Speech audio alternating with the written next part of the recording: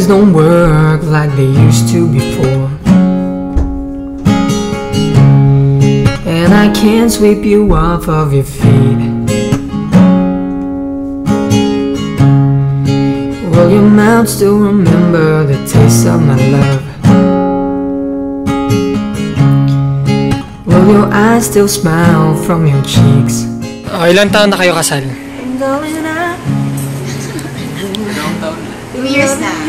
Noong December 3. Ano nagpapatatag ng relasyon niyo?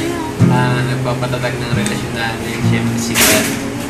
Diba, yung praise ni God, kaya kami nagiging strong. And siyempre, yung pagmamahalan namin ginawa, diba?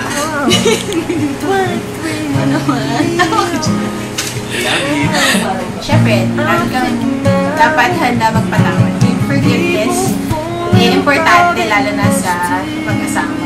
Siyempre sa araw-araw yung magkasama, di ba? Tao lang. So, nagkakamali. So, yun. Dapat handa tayo lagi patawad. Balik yung pagmamahalan as was before. How many years are you married already? 1 year. 1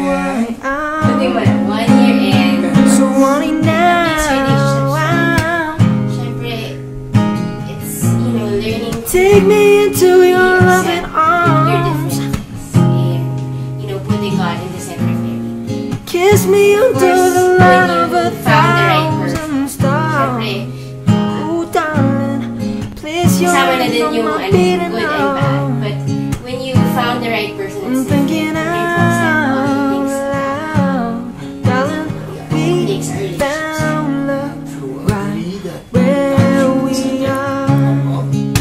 And another thing is, one should give and that's yes.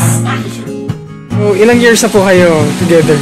28 lang yun. Ano po kayo nagkakilala? Tinginan lang. Ganun ba? So nag-start sa corporate. Okay. Tapos, nag-the moves na si Tito. So from corpo, friends kayo, tapos nag-start naman ligaw. I think straightforward siya, no? Tito Ben?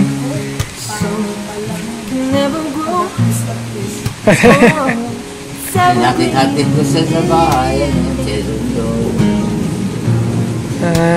Kita lang ng motibo ng kaibigan. So, ibig sabihin yung style ngayon, style rin dati.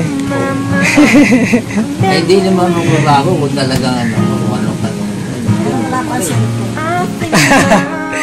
How long have you been together as a couple? 11 months.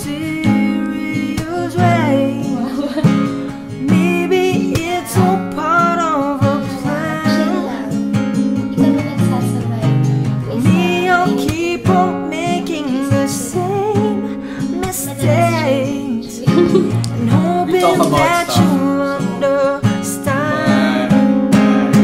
Baby, now, Sa kanya, ma-fed siya. Sabihin niya sa akin, take me talk about into it. your loving arms. We settle it. So we don't go. Kiss me Private. under the light of a Don't thousand budget. stars. Don't keep records. Place your hand on my beating heart. I'm thinking out